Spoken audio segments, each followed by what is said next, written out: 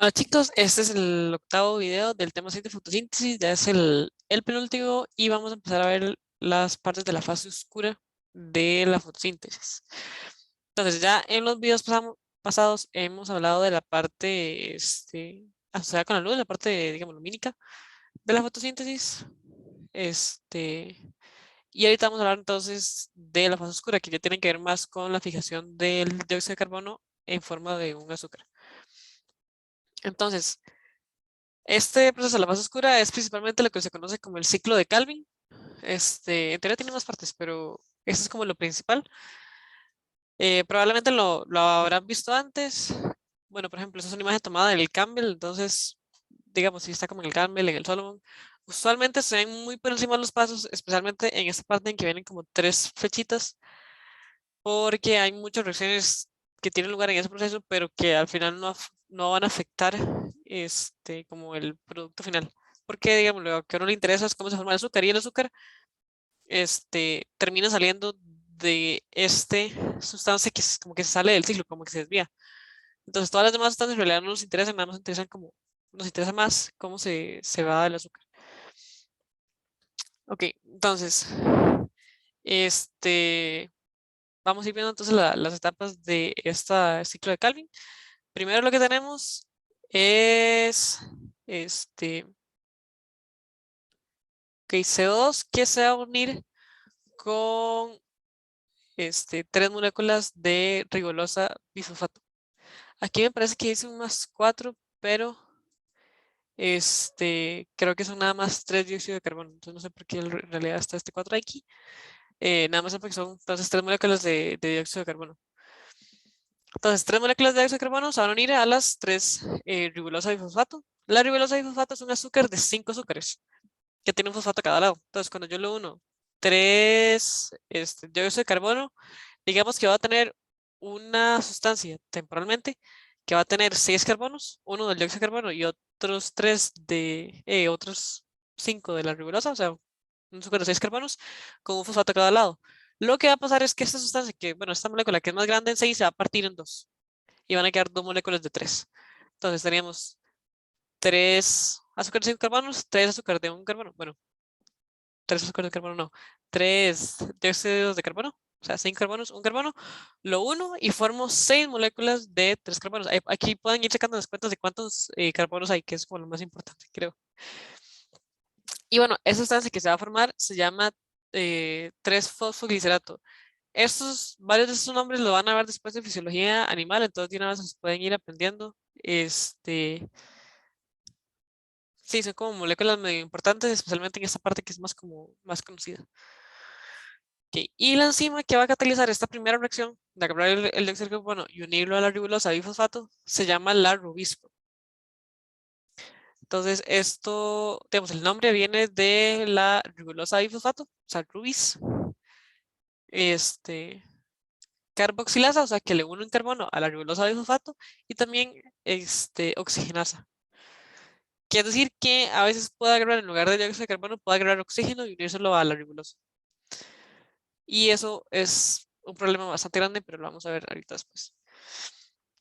Entonces vamos aquí a ese primer paso, bueno, segundo paso técnicamente, que es el fosfoglicerato. Al fosfoglicerato se le van a unir 6 moléculas de ATP.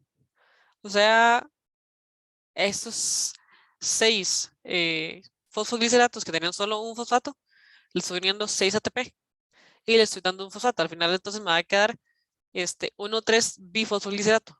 Claro que tengo 6 moléculas originales, le uno 6 ATP, entonces al final me queda una molécula con 2 fosfatos. Entonces, ahí pueden sacar las cuentas de cuántos fosfatos hay, pueden ir sacando las cuentas de cuántos carbonos hay. El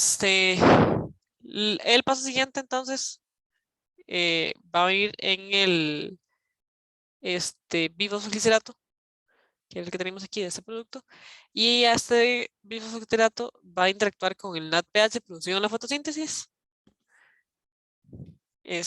y va a quedar como gliceraldehído 3-fosfato. De hecho, ven que aquí en este proceso no solo va a interactuar con el NADPH, sino que va a liberar un fosfato. Va a liberar los fosfatos que se han unido durante, digamos, esta interacción con el ATP.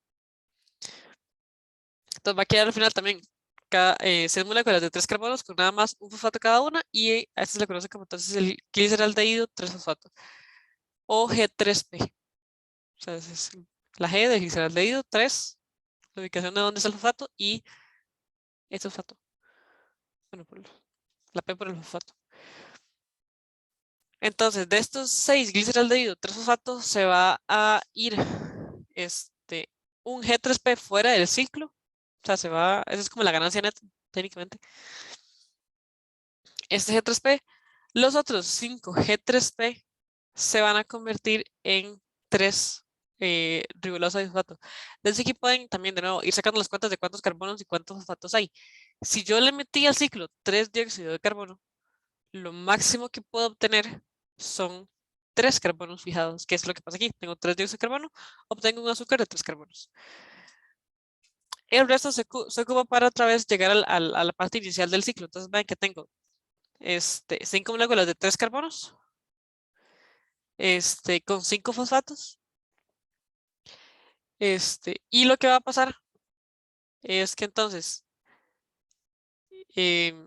van a pasar, en lugar de ser 5, fue la palabra, ok, 5 moléculas de nada más 3 carbonos, van a pasar a ser 3 moléculas de 5 carbonos, o sea, se van a volver más grandes. Y también durante este proceso también van a haber interacción con ATP, o sea, van a ganar, bueno, van a interactuar 3 ATP. Y de hecho creo que aquí la cuenta de los carbonos no va a dar. Entonces hay un punto dentro de este ciclo en que se van a tener que perder fosfatos. Porque ven que yo le agregué 3 del ATP, pero yo originalmente tenía 5. Y al final nada más tengo 6, o sea, uno a cada lado. O sea, tenía 5, le metí 3 y me quedaron nada más 6. Entonces aquí hay también algún punto en que tiene que haber pasado algo parecido a eso. O sea, que se pierden ciertos fosfatos. Ok.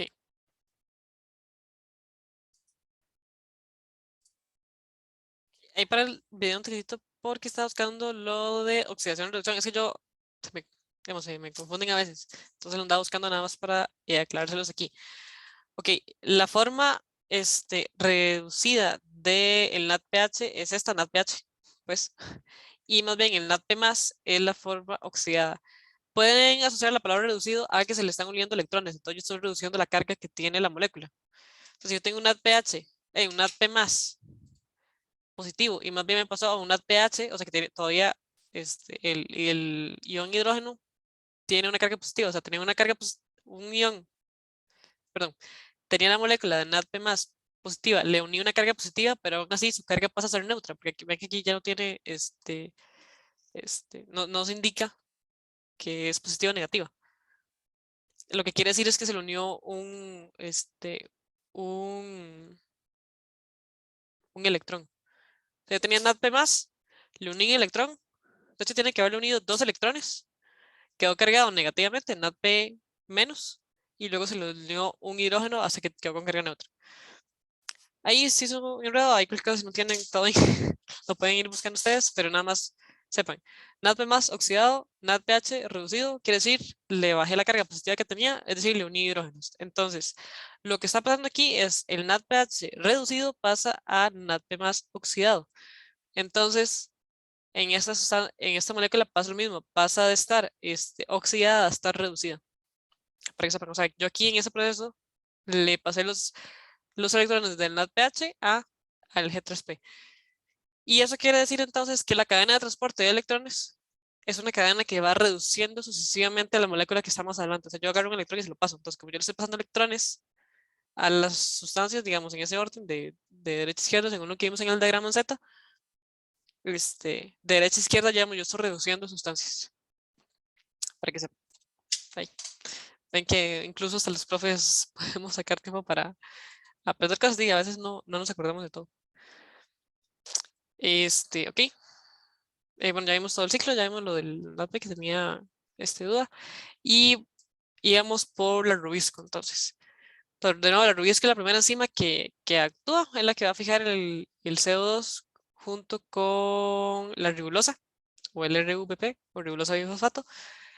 Es una enzima muy poco eficiente, o sea, en términos de velocidad y en términos qué tan bueno es haciendo su trabajo. Porque en realidad su objetivo es que sea carboxilasa, pero también puede a veces ser oxigenasa, entonces es complicadillo. Pero bueno, no es una enzima muy eficiente.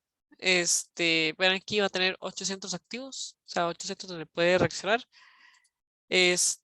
La afinidad con el dióxido de carbono es de 10 a 100 veces la afinidad por el oxígeno. O sea, ella prefiere sí fijar dióxido de carbono porque tiene más afinidad,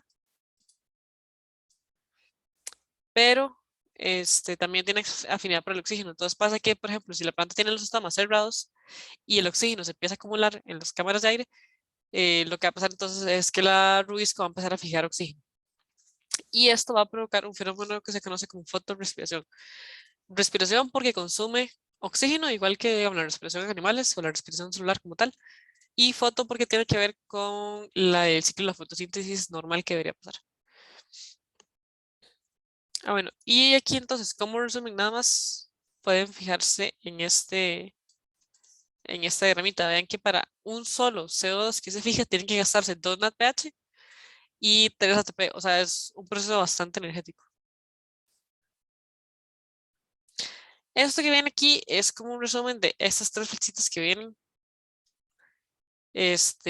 Aquí no lo vamos a, digamos, no es mi objetivo que lo vean. Nada más sepan que, o sea, que sí existe. En realidad no es un proceso tan complicado. Digamos, aquí obviamente faltan los nombres de los azúcares, pero los nombres de los azúcares no son tan difíciles, tan difíciles. O sea, los podrían buscar. Pero sí, o sea, vean nada más que el proceso es agarrar los tres azúcares los 5 azúcares de 3 carbonos, o sea, el G3P, y transformarlos en 3 azúcares de 5 carbonos.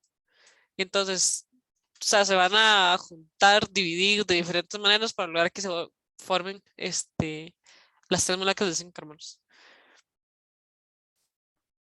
Ahí esos ustedes lo pueden buscar si les da curiosidad los nombres digamos, de los estadios de los azúcares, por ejemplo, este azúcar de 4 carbonos, pero en realidad no hace falta. Ok. Y aquí está entonces la rubisco en sus dos actividades, tanto como carboxilasa, o sea que une un dióxido de carbono, como oxigenasa, es decir, une un O2. Cuando une un carbono, un CO2, va a generar bueno, 2 moléculas de 3-fosfoglicerato, que es lo que obtenemos de aquí. O sea, ya agarro una ribolosa o 3 ribulosas y 3 dióxido de carbono y formo 6-fosfoglicerato. Y cuando un oxígeno lo que va a pasar es que va a producir un fosfoglicerato, bueno, un 3-fosfoglicerato y otra molécula que es 2-fosfoglicerato. Esta molécula que es 2-fosfoglicerato no se puede quedar dentro del ciclo de Calvin porque no está diseñado para eso, sino que tiene que irse a otros lugares de la planta. De hecho, no todo se procesa en el cloroplasto. Hay momentos en que tiene que estar en la mitocondria, hay momentos que tiene que estar, bueno, en otras organelas.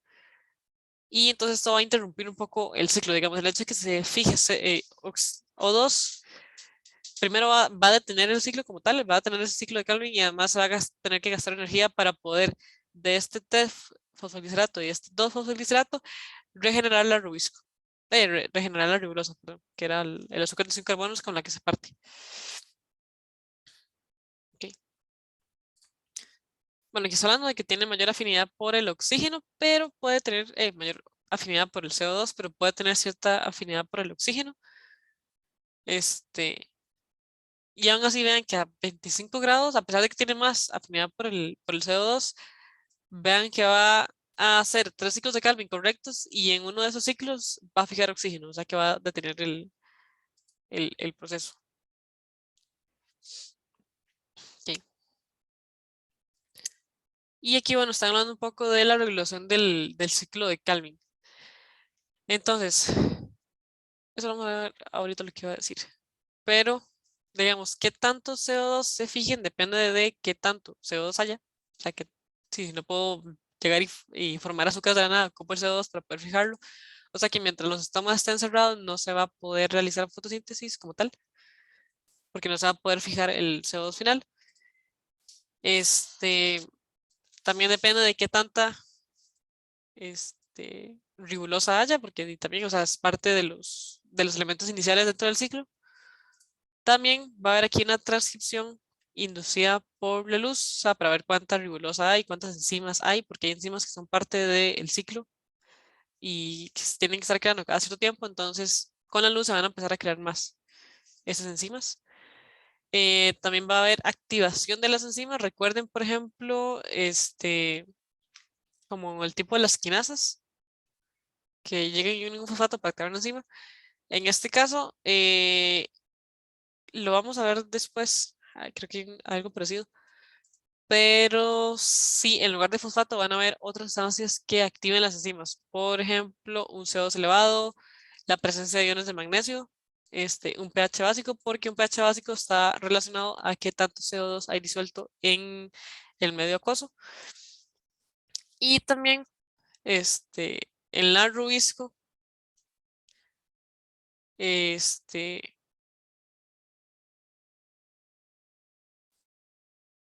esta enzima se puede desactivar por medio, bueno, aquí dice de azúcares inhibidores que se van a unir al centro activo y van a evitar que se una con la ribulosa. Ok.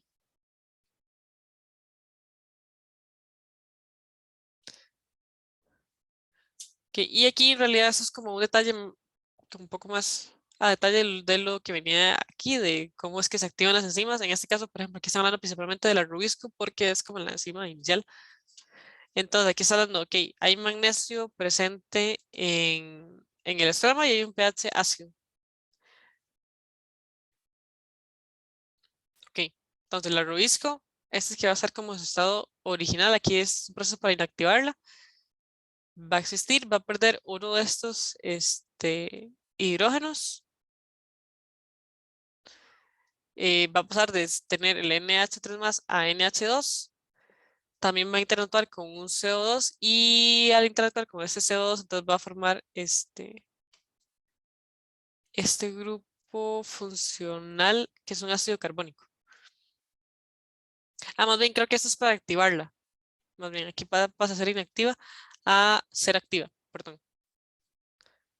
Sí, es error mío. Más bien ocupan de magnesio para activarse. Sí, vean, activación de la enzima, yo aquí.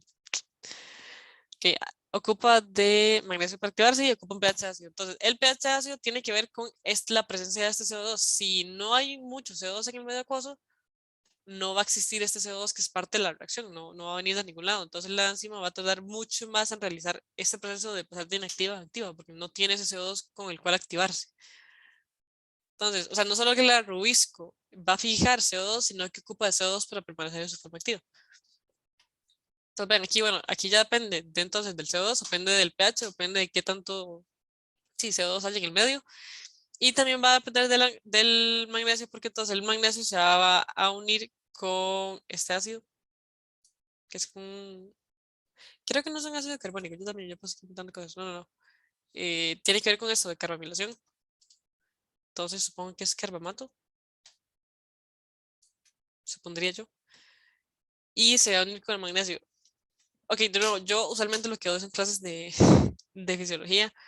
Entonces, sí, igual, o sea, también los profesores tenemos cosas mal, o sea, que aquí está diciendo que está inactiva, pero no bien es pasar de inactiva a activa. Lo más importante que sepan no es que, ay, sí, esto es un carbonato, ay, sí, cuál es la ruta química por la cual esto se va a activar. No, a mí lo que me interesa es más la parte de fisiología, que sepan que esto se activa con CO2 y que se activa con magnesio. Ya si les sirve ver el proceso, cómo se activa, para que solo se van a acordar, pues mejor, pero, o sea, no hace falta que sepan todo el proceso, nada más sepan que CO2 se activa, por obvias razones, porque de nada me sirve tener la Rubisco activo, si no hay CO2 y también depende de este magnesio. Ok,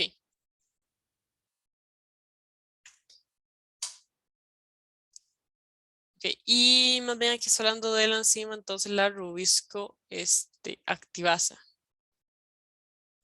Eh,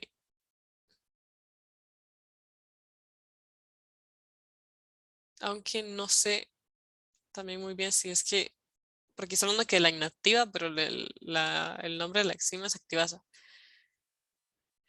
Creo que para que que sí. Yo aquí sí no creo. Sí, digamos, lo que va a pasar es que ese proceso de poder carbamilar la Rubisco y que está activa, puede pasar nada más si no tiene esta ribulosa aquí pegada.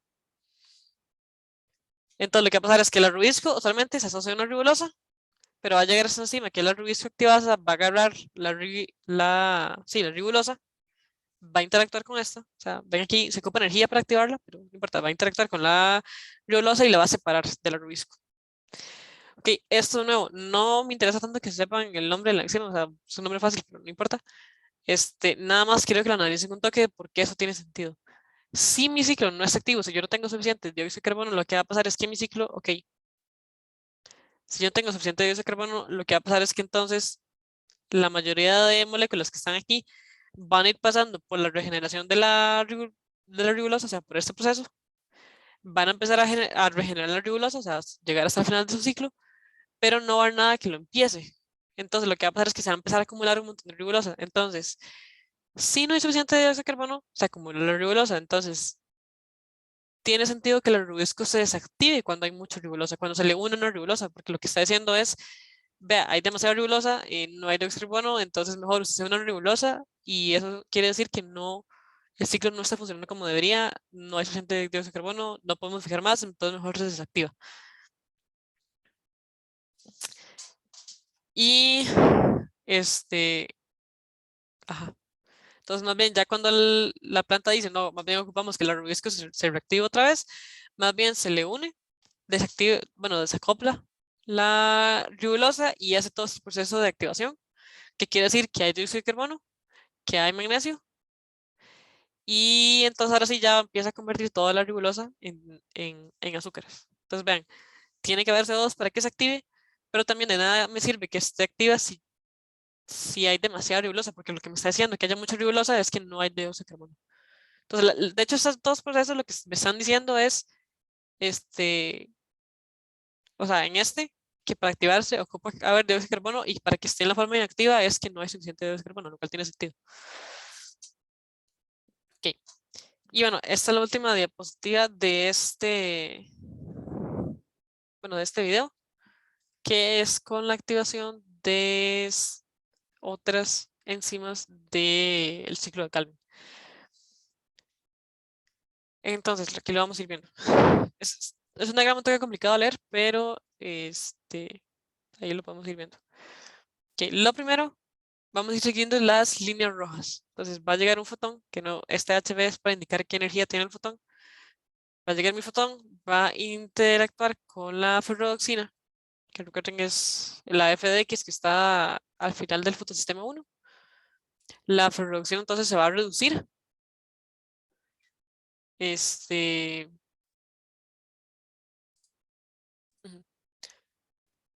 entonces va a interactuar con la ferrodoxina, tioredoxina, reductasa.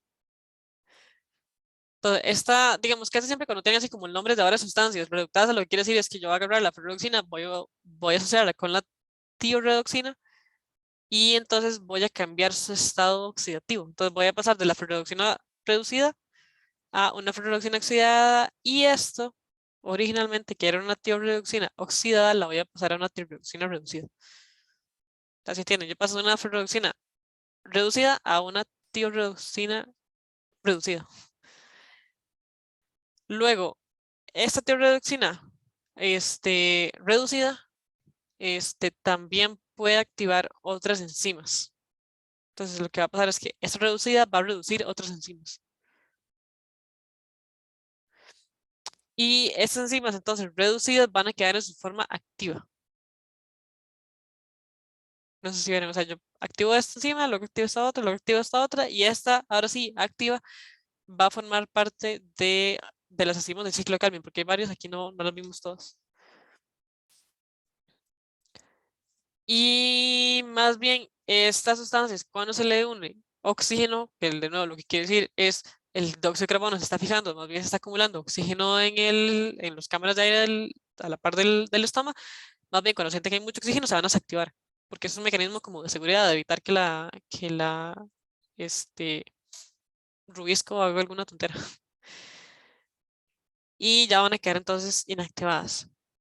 Entonces, esta unión lo que quiere decir es que para que las enzimas de ciclo de Calvin se activen, yo ocupo de un fotón inicial. Porque entonces la fase luminosa y la fase oscura no son completamente independientes. De hecho, la fase oscura no puede ocurrir en completa oscuridad.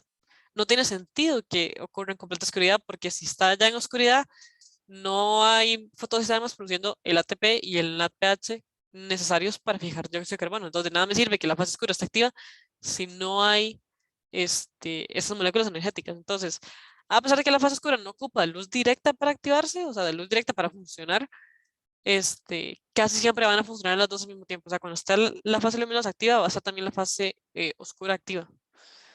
Porque al final las dos son parte como de una cadena. O sea, son cadenas muy diferentes, pero son parte de una cadena y su propósito final es fijar dióxido de carbono. Entonces, de nada me sirve que la fase luminosa esté activa y la fase oscura no, o que la fase oscura esté activa y la luminosa no. Este, no solo por la presencia de ATP y NADPH, sino que vean que hasta las enzimas están acopladas de manera que cuando se activan por fotones, se van a activar las del ciclo de Calvin. ¿Sí? Y bueno, eso sería entonces con este video. Y bueno, ya después estaría el siguiente, que es el octavo, y sería ya el último.